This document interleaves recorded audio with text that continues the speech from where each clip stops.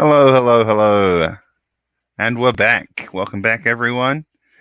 Sorry we started a couple of minutes late today. We're having some weenie dog related chaos happening down here. They're currently running around between the feet of me and Jessica, exploring the basement and causing havoc, just general havoc. But good to be back. Good to be on the Monday evening quiz stream. Yeah, got the headset on today. The mic, I don't know. I think there's a bit of the acoustics in the basement. It's an ongoing project setting up in this broadcast location. So we figured we'd go with the headset today. So yes, I'll be your quiz pilot this evening. Frank, are you coming over here? No, just having a sniff of an empty beer can. Yeah, dogs, they like to explore, they like to sniff. All right, so it's you know what it is. It's the Monday evening quiz stream. I think it's mostly regulars in tonight, so let's take a look at the rounds that we have coming up. So as usual, we're going to be kicking things off with some general knowledge. Following that, pet project. After that, we've got line number 1.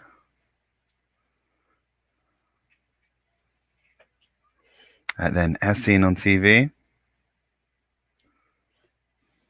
Celeb centenarians. Then we're pouring one out for Yahoo Answers, which is closing down. Then it's one banana peel, Mario. What could it cost? 10 coins? And closing things out with some more general knowledge. So if you can try and work out what some of those rounds are going to be about. Frank, you want up? No. All right. So we might be seeing a guest appearance from Frank and / or Beans later on, but that is going to depend on their temperament. And I think we might as well get things started. I think everyone's got their team names entered, right? So let's take it away with our first round of general knowledge. Yeah, tonight, still no spotted cow. It's the Amber Lager from Stevens Point Brewery. Quickly becoming a go-to for me around here, around these parts. A little successor to Ursus. We did get like a 24 slab of spotted cow over the weekend, but we drank them all. All right, so round 1, general knowledge. Let's have a look at our first question.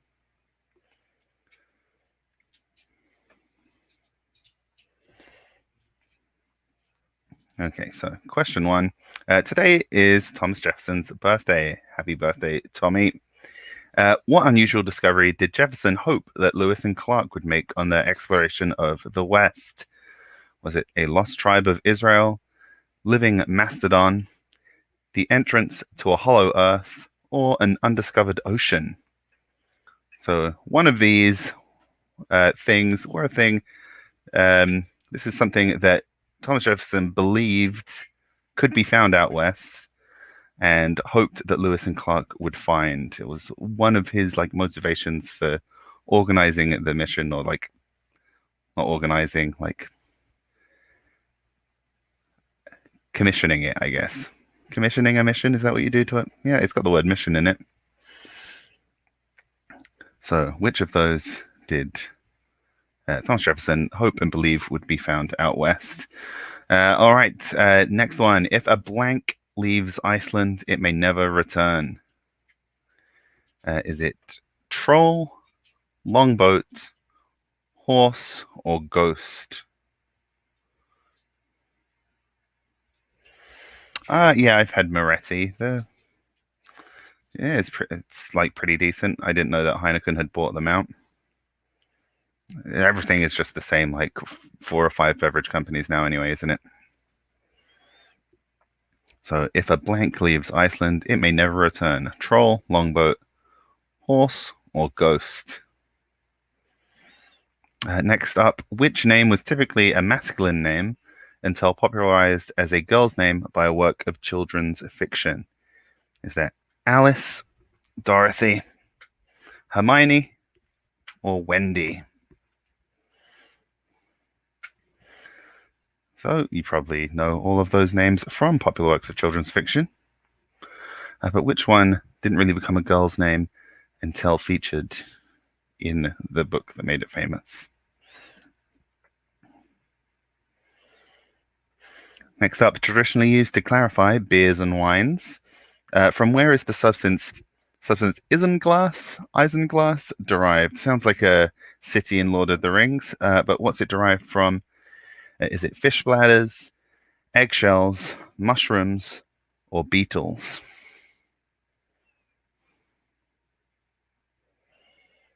And our fifth and final general knowledge question for round one. Oh, yes. Frank, it's your moment. Here he is. I caught him. For what purpose were dachshunds originally bred? Was it herding sheep, hunting badgers, killing rats and mice, or as draft excluders? You know, just laying them along at the bottom of the door? Or was it for barking all night and pooping on the carpet? Is that what you were bred for? Keeping us up all night?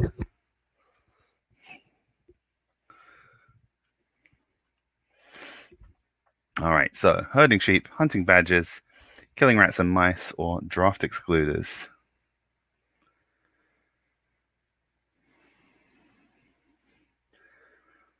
So we've got at least one team playing in Germany right now.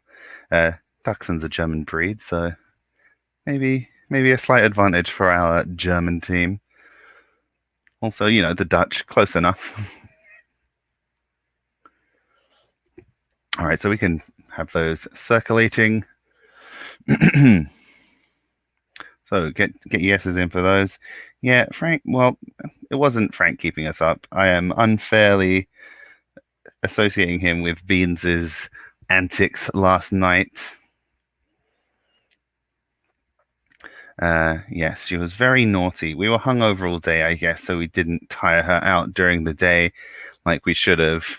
And then she decided she was going to tire us out all night by being very shouty.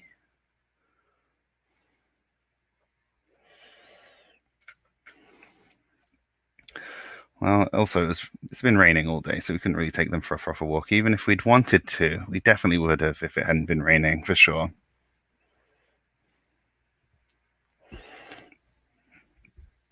And yesterday was National Pet Day in the States. The day before was National Hug Your Dog Day. So the dogs have had plenty of hugs. They've got no reason. We've been giving them plenty of attention. No reason to be keeping us up all night.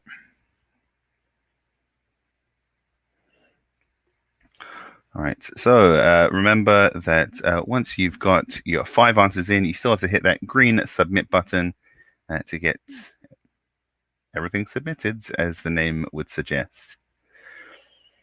So if we have any new teams in tonight, or teams who've only joined us once or twice before, you're still getting used to things, don't forget to make sure you've hit submit. Make sure you've also picked an answer for each question as well. Even if you're not sure on one of them, give it a guess. You got a 1 in 4 chance. And usually we throw in, you know, an answer that you can reasonably eliminate anyway. So, you know, it becomes a 1 in 3 chance.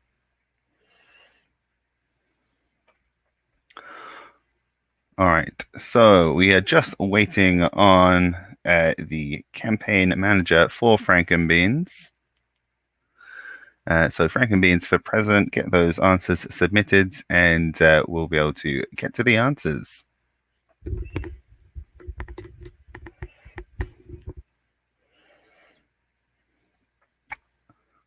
All right, and that means that the answers are in. Let's take a look at them. So first off, it was a living mastodon. Yeah, Thomas Jefferson actually earlier in his life did not, the idea that animals could go extinct was pretty new at the time. He was not an early believer of the theory, and he thought that mastodon still roamed the American West. He also has a species of extinct giant ground sloth named after him for some fossilized claws he discovered. He believed the claws came from a giant species of lion that he hoped could be like a national symbol of America. They were, in fact, from a ground sloth. He did come to accept the theory of extinction later in his life, though. And, of course, no mastodon were found in the States. They did live a lot more recently than you'd think, though. I think the last of them out on the Aleutian Islands, just off of Alaska, were around like the same time the pyramids were being built. Next up, if a horse leaves Iceland, it may never return. This is just to like protect the bloodlines, I guess. I think they had some incident in like Viking times where they imported horses from other places, and it just wasn't good for the local horses. I'm afraid that actually I've had this headset for a while. I use it for my other job, but we have been to an absolutely massive Walmart since arriving, and yeah, I said something of a like similar effect to what you just said there, Matt, about it. It was Wendy from Peter Pan. So it was a pretty uncommon name, usually a surname or a masculine name, until used in Peter Pan. Next up, fish bladders. Isengard is derived from fish bladders. So historically sturgeon specifically, but then processes were developed to get it from just like cod and more common fish. Cod obviously not always common. And look at them. You wouldn't believe they could do a thing wrong. Ducks is German for badger. They are badger hounds. And obviously Frankenbeans, they couldn't do it. They're mini dachshunds. But a full-size dachshund was intended to go and hunt badgers or flush them out. And Frank, the other option of rats and mice, Frank was quite the mouser in his younger years. So let's take a look at the scoreboard after round one.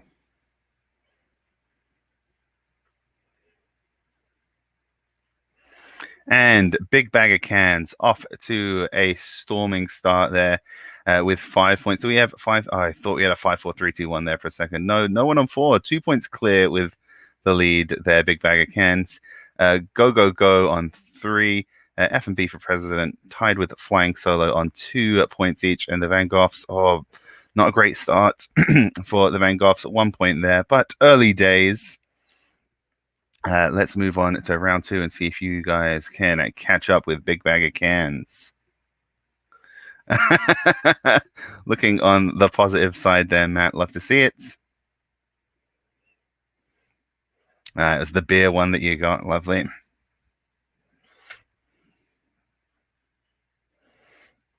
All right. Next round, pet project. So, as we referenced earlier in the stream, yesterday was National Pet Day. So we're going to give you the names of some fictional pets, and you need to tell us who was the owner, who owned that fictional pet. So pretty simple, multiple choice. So who owns Astro? Is it Superman, the Robinsons from Lost in Space, Timmy Turner from The Fairly Odd Parents, or the Jetsons? So who owns Astro?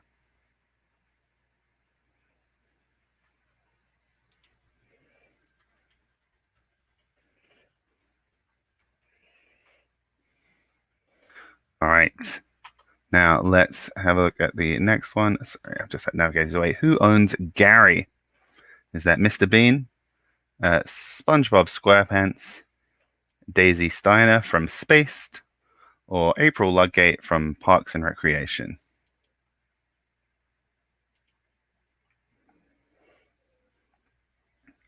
All right, next fictional pet. Who owns Toothless? Is that Ron Weasley from the Harry Potter franchise? Hiccup Haddock III from the How to Train Your Dragon franchise? Greg Heffley from Diary of a Wimpy Kid? Or Philip J. Fry from Futurama? Frank, what's that noise? What noise are you making there? All right, next up. Who owns Grey Wind? Is that Robb Stark, Arya Stark, Bran Stark, or Jon Snow? So which of the Stark siblings owns Grey Wind?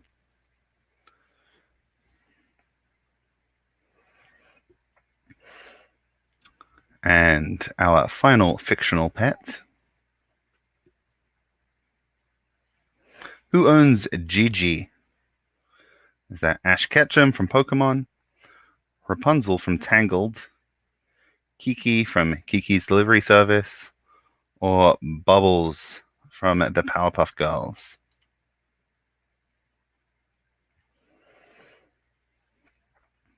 All right. So we've got 5 fictional pets for you. And obviously we've got some real pets as well. Real pets here. I assume Beans is over by Jessica. They seem to have settled down a bit. What about you guys? Can you send pictures to the chat? Obviously, we are acquainted with the Van Gogh Juniors, the Van Gogh Pet Division. But anyone else in the stream tonight got any pets?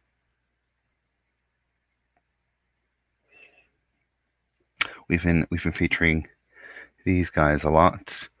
Also, the dog-in-law. Had a bit of an encounter with the dog-in-law when we first got here. Jessica's brother's dog is a bit naughty as well. What is she, Jessica? Like a pointer? I don't know what she is. She's a dog. Anyway, she's like a medium-sized dog. Try to take a chunk out of my leg. She loves me now, but I think strange man with a beard. I'm used to it. You know, I get that a lot from dogs.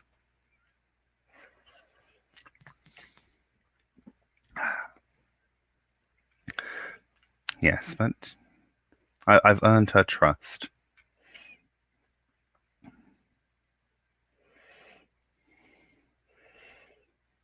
Oh, Frankie. He's a bit neurotic.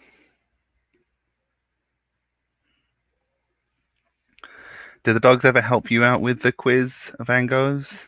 Do they ever know any of the answers? All right, so let's take a look at the answers for this one.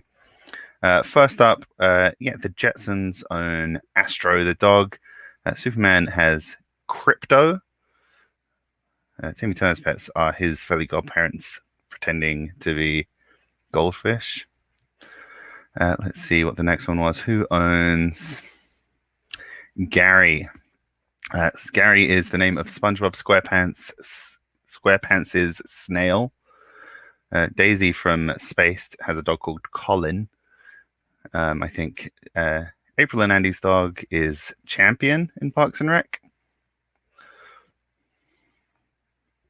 Toothless, the name of the dragon, the main dragon of How to Train Your Dragon fame. Ron Weasley has an owl called Pigwidgeon. Earlier in the series, there's a rat called Scabbers. Robb Stark's direwolf is Greywind, who we see there. They both meet a grisly end. Well, most of the Stark children and direwolves do. So, of course, Arya has Nymeria, Sansa has Lady, Jon has Ghost, Bran has Summer, and what's the little one called? Rickon has Shaggy Dog. Dang.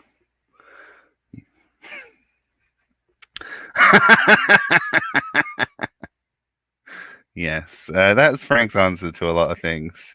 And today's was a little browner than usual. Brown wind with a chance of showers. And Gigi is Kiki's little black cat familiar from Kiki's Delivery Service.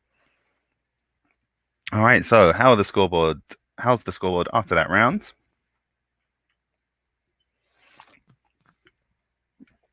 Should probably mute for taking a drink when I'm wearing the headset, actually. Big bag of cans, 2 5s right off the bat. That is quite the performance. Although people doing pretty strong on that round in general, so that mostly 5s there. So that's 10 points for Big Bag of Cans. Go Go Go still in second place with 8. FMB for President in solo third place, not in a tie anymore, with 7 points. And just 1 point back, we've got Flying Solo and the Van Goghs. Van Goghs with a perfect round there, bringing them into joint fourth. And yeah, everything's still very close after that round. Everyone doing very well on that one. So let's have a look at round 3. Line number 1 could be about phones, could be about trains. It's about neither of those things. This is a little literature round for you. It's the first line in a book, but line number 1, all the titles of the books have a number in them. So these are all books with a number in the title, and all we need from you is the number. Please enter it in digits. We've just used the normal input. Sometimes we use the number specific input fields, and our spot sometimes interprets those as your score for the round, and so you end up with people getting, if we're asking for dates and stuff, we end up with people getting thousands of points, and that has to all be fixed. So it's just a normal text input, but enter your answers using digits, not words. And we only need the number from each title. So even if in the title it's usually formatted as a word, in this instance you're going to type in the digits. But let's see the first opening line.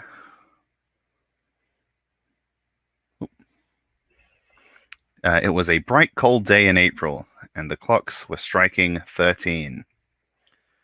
So that's the first line of a book with a number in the title, and what we need from you is just the number, inputted as digits.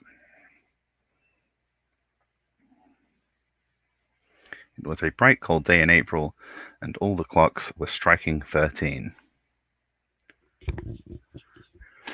Number 2, all this happened, more or less. So, simple one there, in terms of it's a short sentence. Whether or not you know what it's from is a different story. But just try and think of a good way to narrow this one down. Just try and think of books that have a number in the title, and then work out which ones match which first lines the best. All right, number 3. It was a pleasure to burn. So these we have pretty dramatic, pretty scene-setting opening lines so far. Number 4. It was love at first sight. Quite a generic one. That could be a tricky one. It was love at first sight. The opening line of what book with a number in the title? I'd say these are all fairly well-known books. There's a good chance you'll have read at least some of them.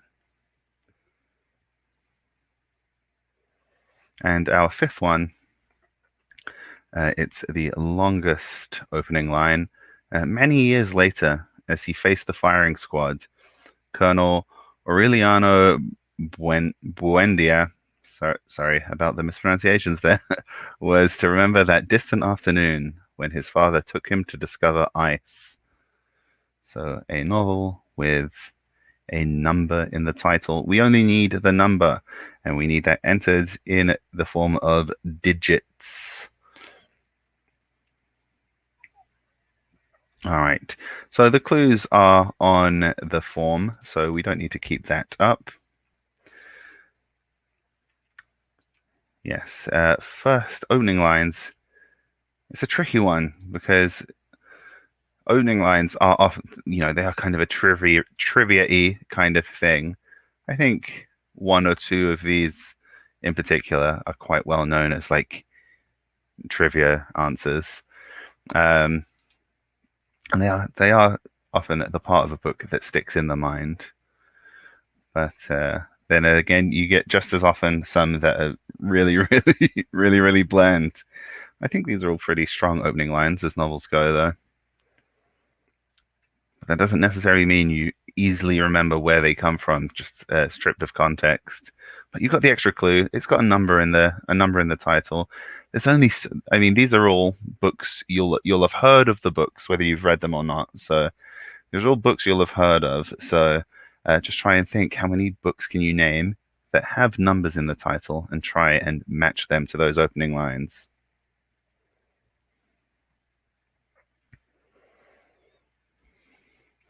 But yes, I don't expect this to be everyone getting 5 points rounds like the last one was. We're mixing, we're matching. Easy round, hard round. I definitely plan it like this. I'm definitely really able to predict how well everyone's going to do on each round.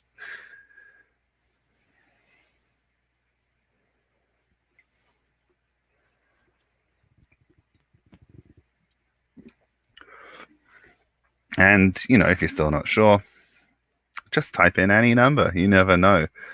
I mean, there's a finite number of numbers. No, there aren't. There's an infinite number of numbers.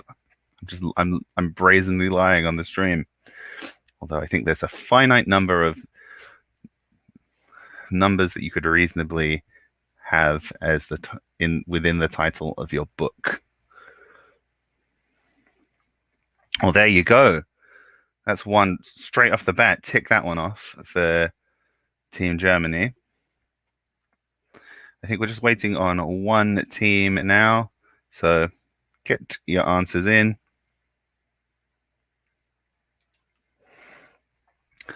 And we'll take a look at them. Otherwise, it's going to be the old 30-second timer.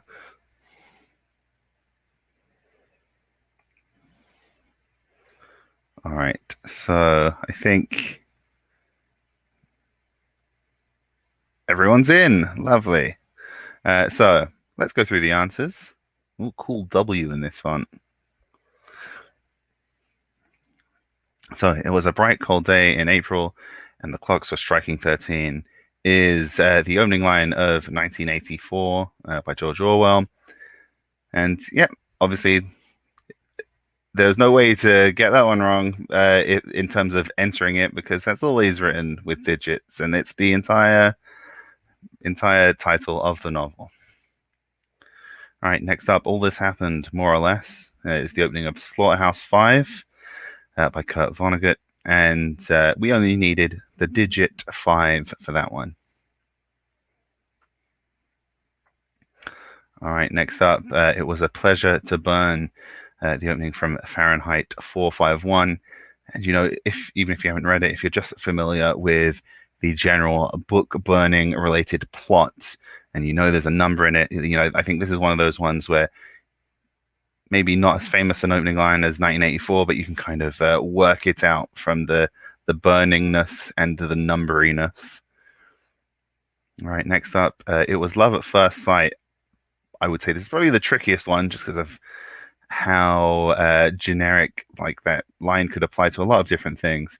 But it's from Catch 22. And our last one, I'm not reading the whole thing again, but it's from 100 Years of Solitude by Gabriel Garcia Marquez. So 100 written as a digit is what we were looking for there. Okay, so let's take a look at the scoreboard after that. If you are a book person, it would have been a good round for you. If you're not much of a book person, probably a bit of a rougher round. Let's see how it went. All right, so we've got a range of scores there. Big Bag of Cans with 3 points. That's 13. Then F&B for President in second with 11. Go, Go, Go, and the Van Goghs tied in third. So the Van Goghs climbing up slowly but surely with a strong 4 points there, missing the 0-0 from 100. Yes, you got it, and you thought 100 Years of Solitude. I can see how that would trip you up, but yes, 100 Years of Solitude. And Flying Solo, just behind third place. They have 9 points. So still super close there, still less than a round's worth of points in it. And we're moving on to round 4. This is often where we have our little media round, and this week's no different as seen on TV. We've done a similar round to this before. It's infomercials. We're going to show you a little snippet of infomercial product being advertised, and you're going to try and guess what the real name of that product was. So let's see number 1, product number 1.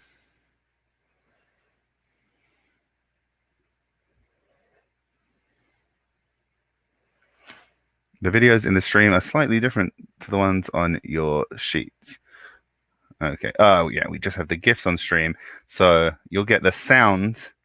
The sound will be available in the ones, some of them. I think there was one of them we had to fully remove the sound because they were just saying the name of the product every 2 seconds. So it was just too much work to bleep. But for most of them, there is sound available for the ones on your form. All right, but that was very creepy. Yes, I have not edited that. It's they really did just linger that long on the creepy eye hole. And the options there are, is it Spa in a Mask, the Wrinkle Zapper Pro, or the Rejuvenique Electric Facial Mask? Facial. All right, let's see number 2. Product number 2. What's this lady going to do? She's going to open her little bag, and oh, it's going just between the bubs. All right, so what's that? Is it the Sleeping Beauty breast separator? Is it Kush? Or is it My Third Boob?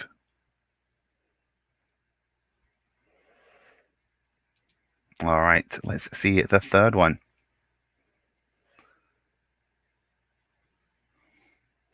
I do recommend the sound on this one in particular. Very strange behavior there. Looks like a choking hazard. Is that called Facial Flex, Cheek Cruncher Plus, or Miracle Mouth? Facial. All right, let's see. Number 4.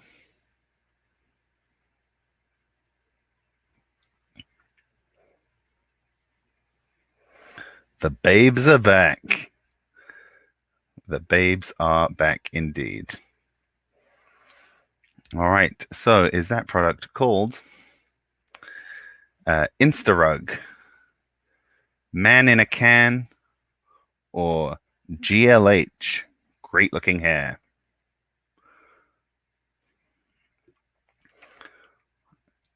All right, and let's see the 5th one.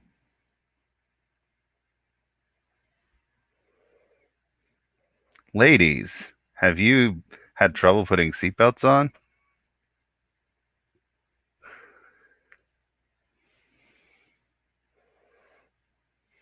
All right, so what's that cute little guy called?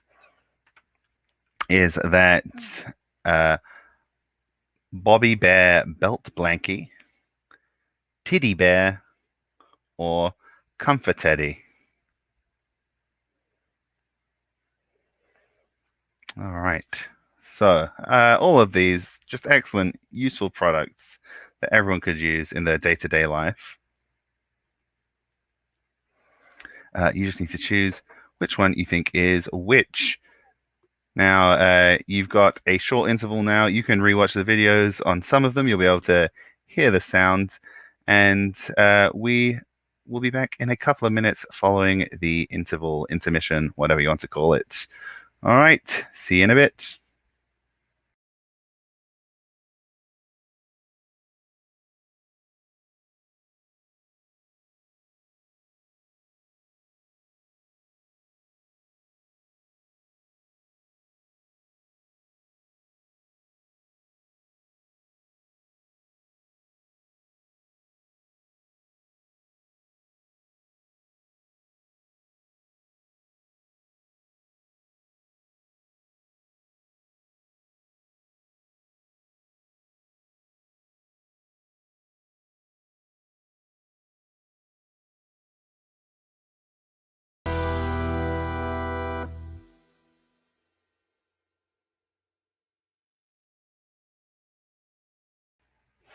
And we're back.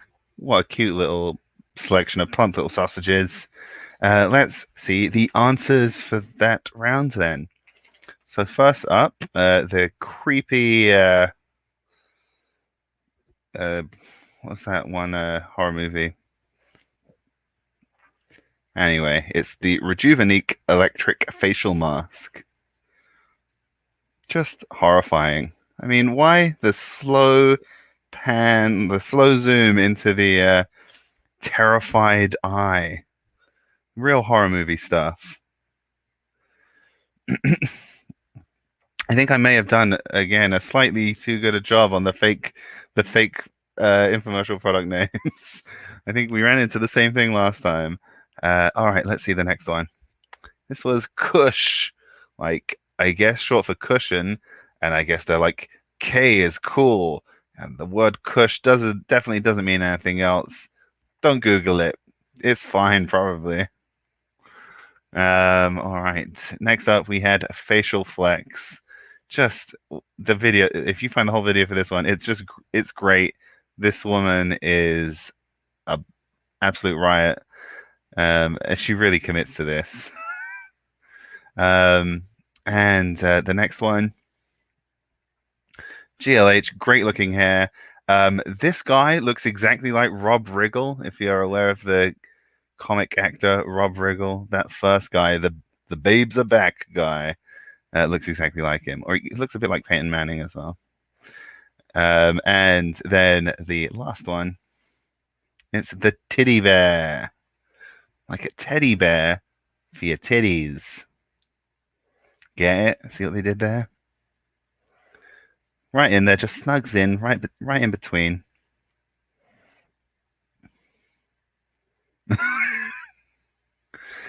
And let's see how people did on that one.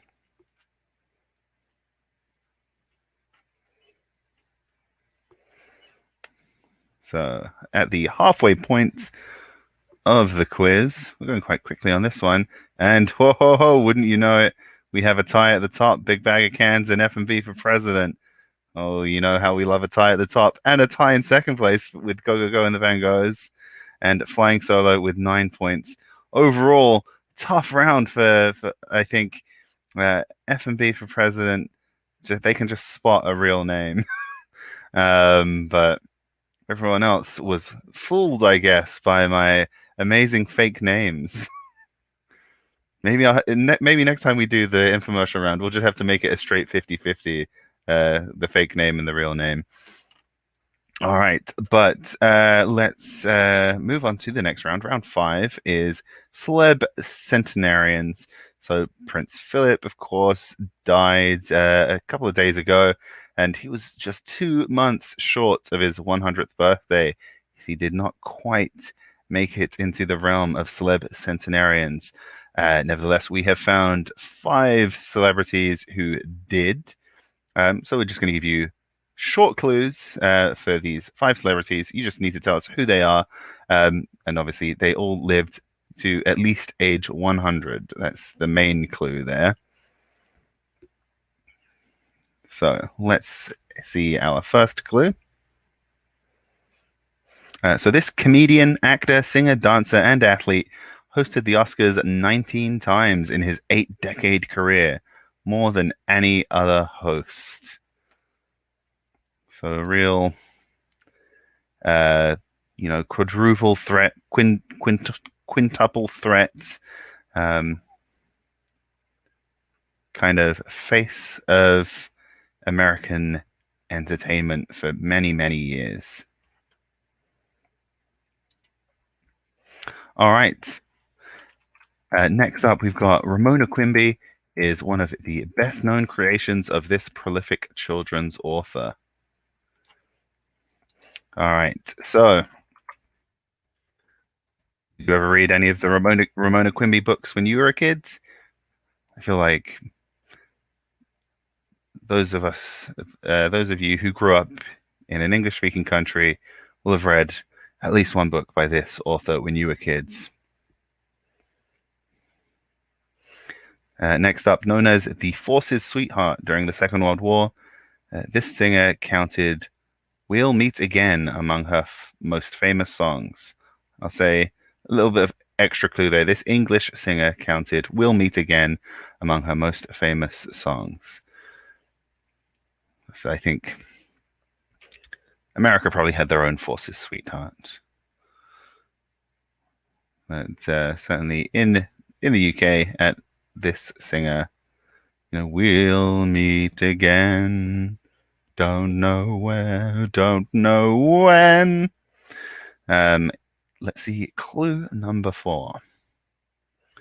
One of Hollywood's biggest stars in his heyday, appearing in everything from historical epics to fantasy adventures, this actor's son went on to be just as famous.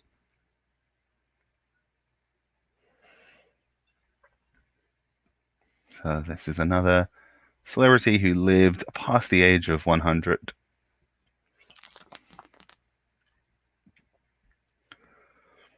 All right, and our fifth and final centenarian celeb, after being frozen in ice for decades and traveling back in time to live out his days in his home era, this hero is a centenarian, no matter how you measure it. So context clues might reveal that this could be not a real person. This might be a fictional centenarian. So after being frozen in ice for decades and traveling back in time to live out his days in his home era, this hero is a centenarian, no matter how you measure it.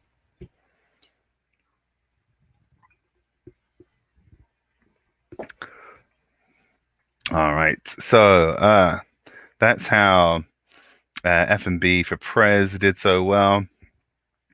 Was they were a GLH aficionado from late night TV. So that's one point they got. Good looking hair. The babes are back. All right, so yet another typing in the answer round for this week. Let's see how you've done. Got 5 famous names, maybe some more famous than others, depending on where you live. And the one thing they all have in common is that they lived past the age of 100.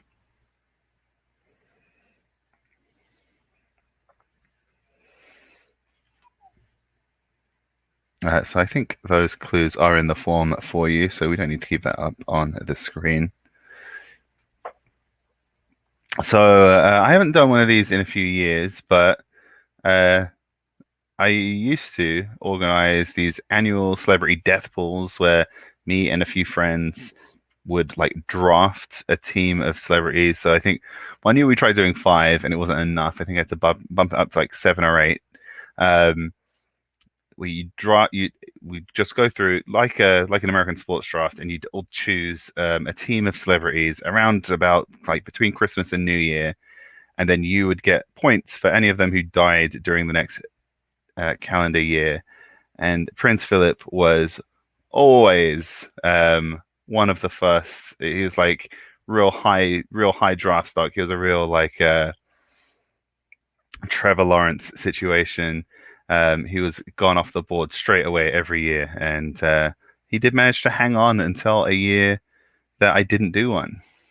Same Stanley did the same thing actually. He would always go quickly, but then the year that he passed away, I didn't do a death pool.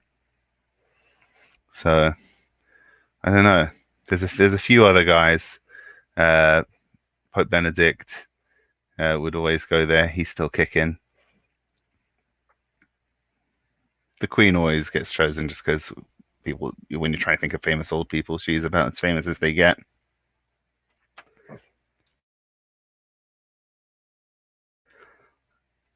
What have you got to say about my dressing gown, eh, Jessica? You bought this for me. This is a dressing gown. See what I did there? Thank you, by the way. Oh, and the secret has been revealed. Where is it? It was an anniversary present. So we just had our 5th anniversary. That's the wood.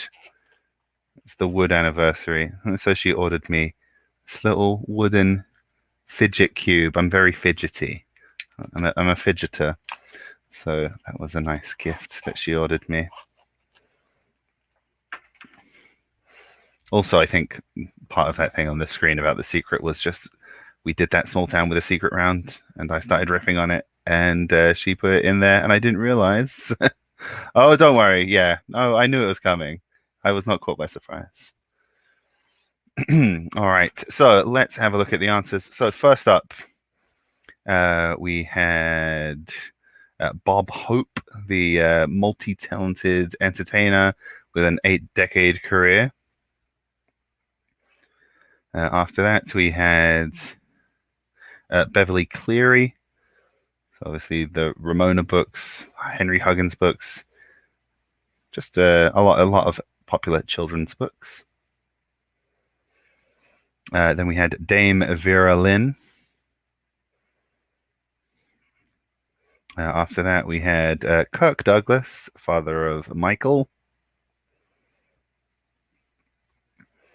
And then Captain America / Steve Rogers, I think we accept either of those, was the final fictional centenarian. Turns out a lot of the famous centenarians are like, there was like a list of famous centenarians online. It's like, you're really like, you're being quite generous with the definition of famous there. Or at least for a trivia quiz, people I could reasonably expect any of you to recognize the name of. So let's see how people scored on that one. Arranged there, our top 2 teams both getting a strong score of 3, moving the tied first place teams further away from the tied second place teams. They're really widening a divide there. So Big Bag of Cans and F&B for President, the clear front runners at this point, but nothing separating them. Then Go Go Go, the Van Goghs, and Flying Solo, the rhyming triplet there, all in a 1 point separating them, triple way, like pile up there. But of course, any of them could break free and make a dash for the front at any time. And also, yeah, you did not have to write Dame. Just Vera Lynn would get you the point there. Okay, next up, we've got round 6. We are pouring one out. Actually, no, I've already poured this one out. So excuse me for 1 second. I've got a camera side fridge now, so I can just grab a new beer like it's nothing. Some Lineys. Let's hold that up for the camera. Another Wisconsin brewery. So YAHOO Answers is getting shut down, and what a shame. It's a site of a lot of amusement for the last 15 odd years. But let's have a look. So if you play our Thursday speed quiz, you'll be familiar with the format. We open our Thursday speed quiz every week with a fill-in-the-blank headlines round.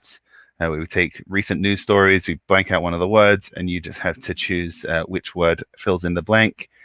In this case, we've done basically the same thing, but with Yahoo answer, like famous, funny Yahoo answer questions, or like well-known ones. These are like when you find like lists of like funny Yahoo answers questions. These are the kinds of things that pop up. So you just need to fill in the blanked out space, word or words. So, for example, why do crocodiles walk so blank? They look like they got their nails done or something. So, was that... make sure I'm on the right one. Is it slow, gaily, or weird?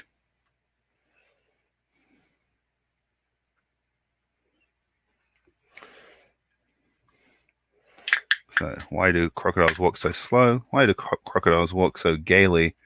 Or why do crocodiles walk so weird? All right.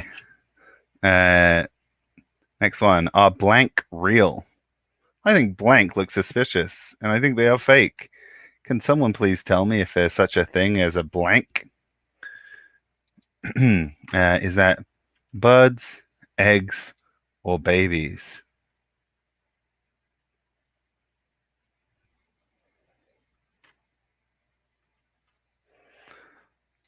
All right, next one.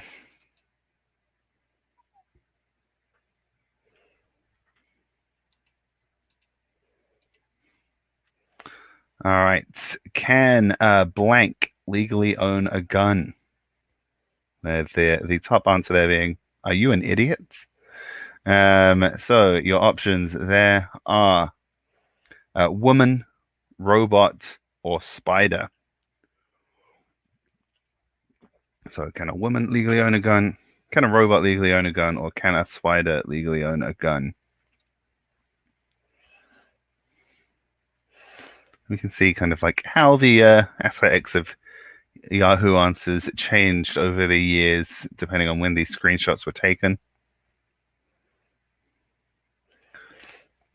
Next one. I swallowed a blank hole and I haven't pooped it out.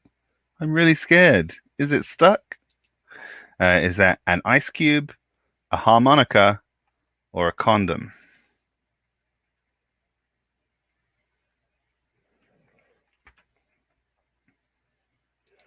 And our final Yahoo answer classic. Where can I buy a blank? Not for sexual reasons. I am in the market for a blank, but I don't know where / what kind of blank I want to get a blank from. I would like the blank, not for sexual reasons, to be blue. Any information is helpful, and thanks in advance for the people who may help me on my journey to acquiring my dream blank. Smiley face. Is that dildo, taser, or frog?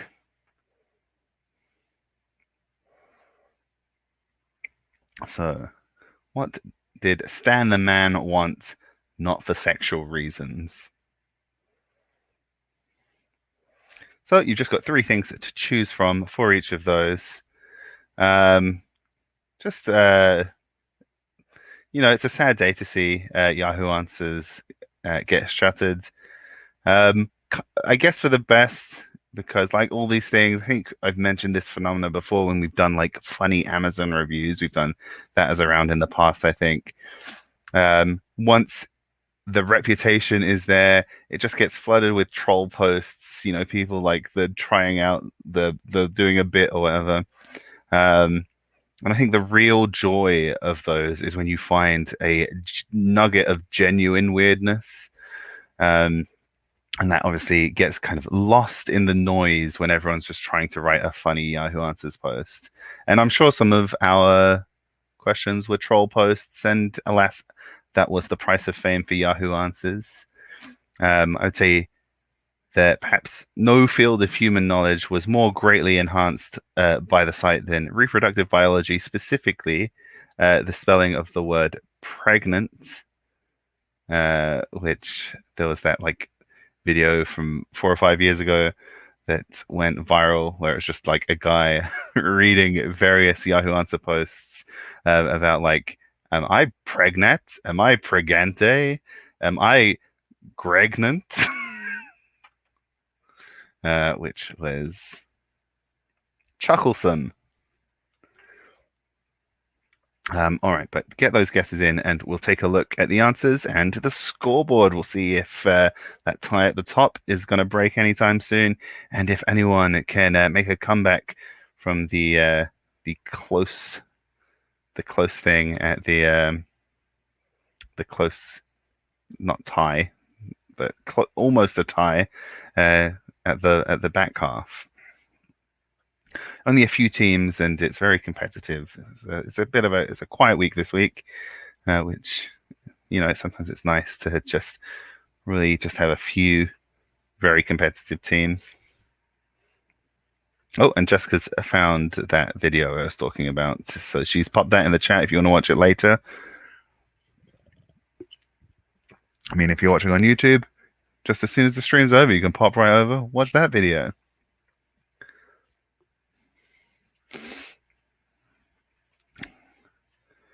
All right, so I think some people are already checking out the R-Spot scores before we've done the answers. So you already know if you've had a tough one or not. But let's see the correct answers. So, why do crocodiles walk so gaily? They put their fingers out when they're walking, I guess. Next, are eggs real? So we did leave in an "an" there, which would indicate eggs, but of course, that proves nothing on Yahoo Answers. The average spelling and grammar on the site was not amazing. All right, and let's see what's next. Can a blank legally own a gun? It's a spider. Can a spider legally own a gun? I swallowed an ice cube and I haven't pooped out. I think we can figure out why that was the case. And finally, where can I buy a frog? Not for sexual reasons. Just I'm glad that it's not for sexual reasons, and I believe him. I believe Stan the Man. He just wants a frog, and it's absolutely not for sexual reasons. So let's take a look at the scoreboard after that.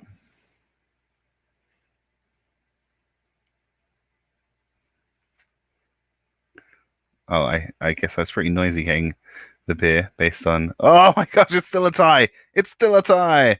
With Big Bag of Cans and F&B for President tied on 21 points. The Van Goghs putting themselves at the top of the second pack there with 16 points. So they're 5 points back from the lead, but that's still, with two rounds left to go, that's still a gap that can be closed. And then Go with 15 and Flying Solo with 14. All right.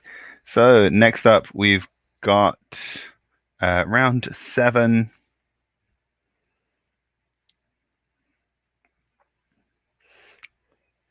It's one banana peel, Mario. What could it cost? 10 coins. So we've got fictional currencies here. Some of them from video games, not all of them, but I just wanted to try and work in the Arrested Development reference. So this is our customary round 7 matching round. So we've given you 5 fictional worlds or 5 like intellectual properties, whatever you want to call it, be it from a book or a TV series or a video game, and 5 fictional currencies. So all you have to do here is match sickles, gill, caps, creds, and rupees. Obviously, rupees are also a real currency, but this is not the rupee, the currency of India. This is a fictional rupee. And you're going to match those to the 5 fictional worlds or intellectual properties. So they are, number 1 is Zelda, or the Legend of Zelda series of games.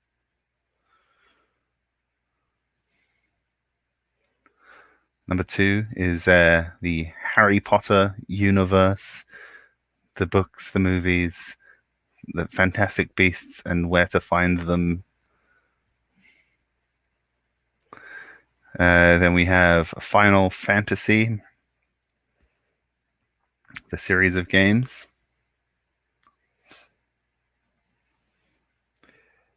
Next up, we've got Fallout, also a series of games. We've gone, I will say, we did go quite video game heavy. And the last one was Judge Dredd, or from 2080 comics, or from the various movies that have been adapted from the character. But yes, 2080 comics or Judge Dredd. So you're going to match those 5 fictional currencies to those 5, books, video games, or comic books, what have you. So you have them there, so we don't need to keep them up on the screen. I do find that these matching rounds can be something of a leveler heading into the final round. There's a rhyme and reason to these things, guys. There's a reason we have this round at round 7. There's a reason we have the 50-50 round right at the end of the speed quiz. You gotta introduce a bit of chaos near the end. You gotta shake things up. And I just need to briefly confer with my producer.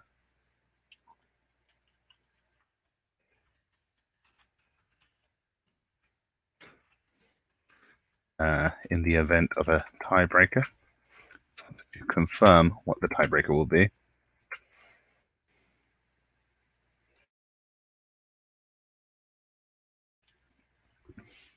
How you doing back there, Frank? Oh, he is fast asleep.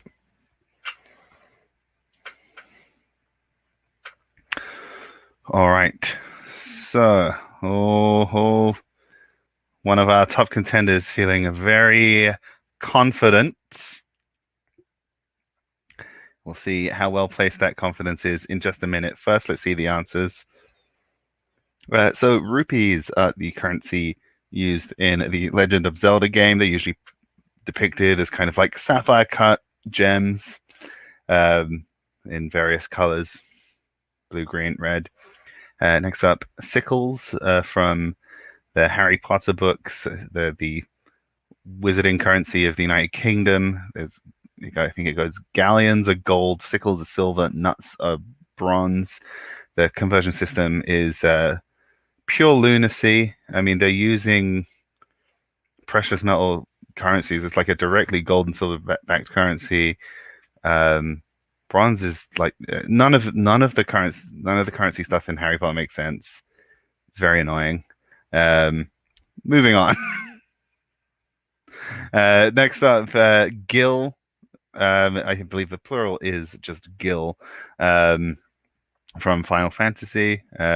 Some of the early ones, I think it's GP, which is a carryover from the tabletop role-playing games it was based on, gold pieces, and that was adapted to Gil later on. Next up, Fallout caps or bottle caps. So in the post-apocalyptic nuclear wasteland of the Fallout games, soda bottle caps are used as currency. And finally, creds, short for credits, is the currency used in the Judge Dredd stories in 2080 comics. All right, so let's see how everyone did on that one.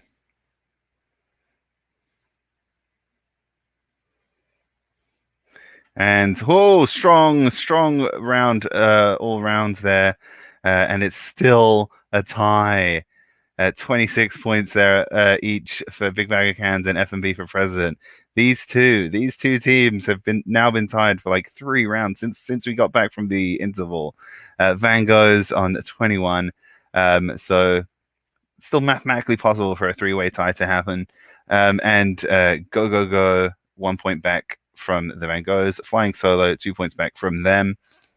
So it does look like it's going to be between the 2 leaders at this point, though, or there's a no, that can't be right. 1 in 5 chance. 1 in 5 chance of a tiebreak. Who knows? I'm not going to try and do the stats on that. Yeah, I believe Shane is in fact Big Bag of Cans, Liz. It's Shane's not a same team name every week guy, but I recognize his naming style, and he certainly returns to Big Bag of Cans more frequently than his other team names. So we are closing up on another round of general knowledge, round 8, and we are going to be done quick tonight. You guys have been getting those answers in quick. Maths. So yesterday was the 60th anniversary of Yuri Gagarin becoming the first person to orbit the Earth. How old was Gagarin when he achieved this? Was he 21 years old, 27, 35, or 42? How old was Gagarin when he orbited the Earth 60 years ago yesterday?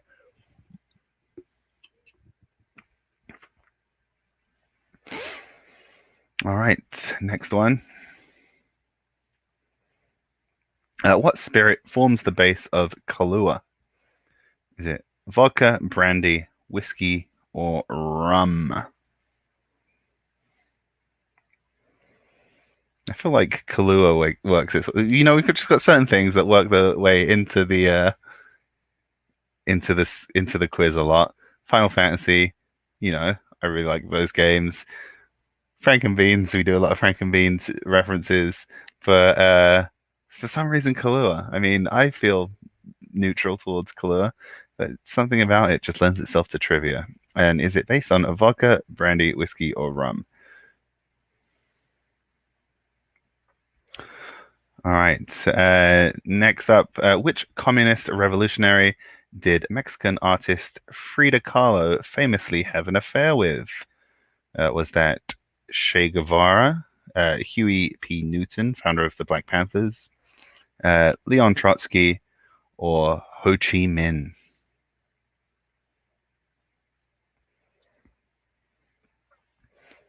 And number 4. According to Chinese myth, a carp that could jump upstream like a salmon would turn into a dragon, gain the ability to grant wishes, live for 1,000 years, or become human.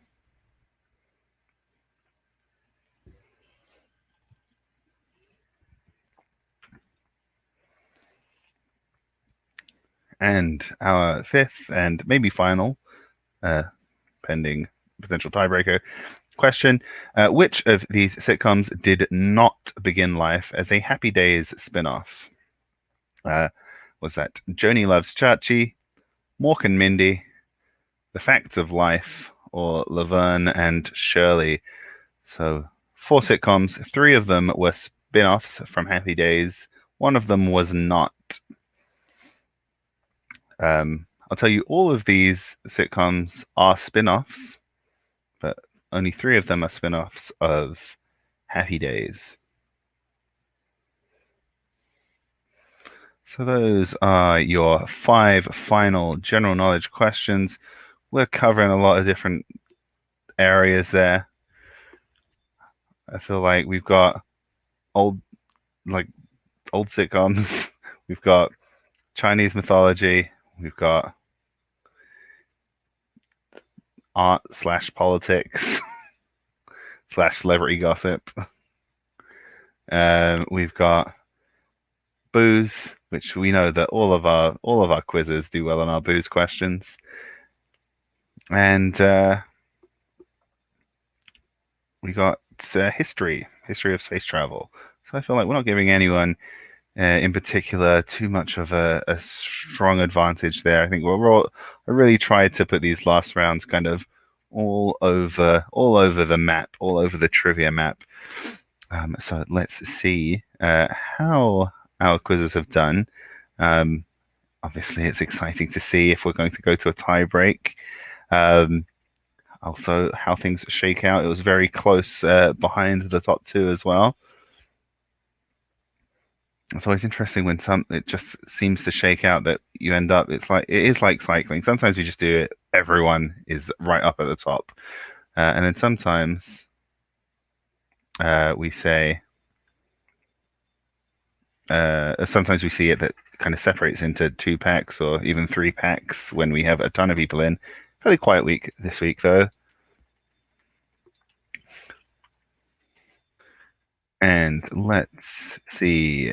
I know people, when it is so close as well, people like to have a little think, but it looks like everyone's got their answers in. So we're going to go through the answers.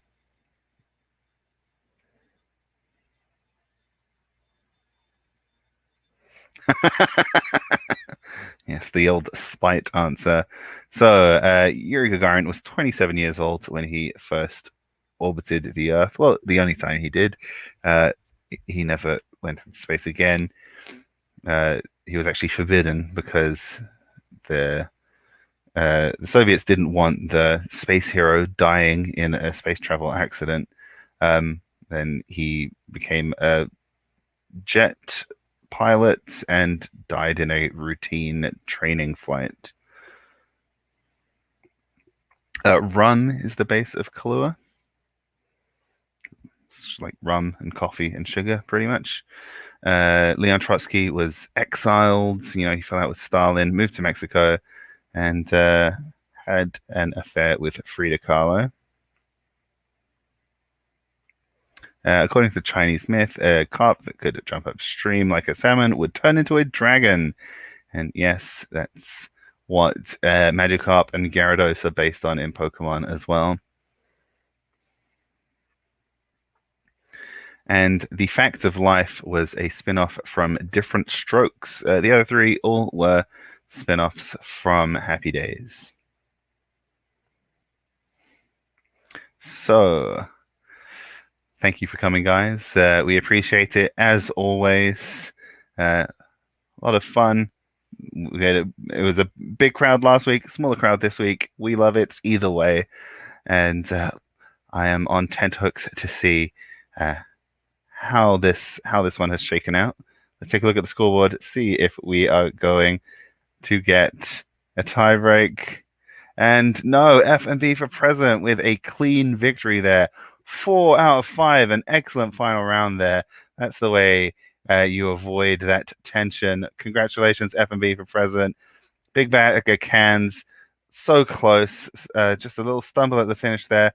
Just like last week. Oh, what a shame. The Vankos, the undisputed 3rd podium team, the bronze place team there. No ambiguity further down. Then it goes Vankos in 3rd, Go in 4th, and Flying Solo in 5th. But yes, congratulations to our German contingent. I wouldn't say. I think 3rd place finish is pretty good. But yeah, well done to F&B for President.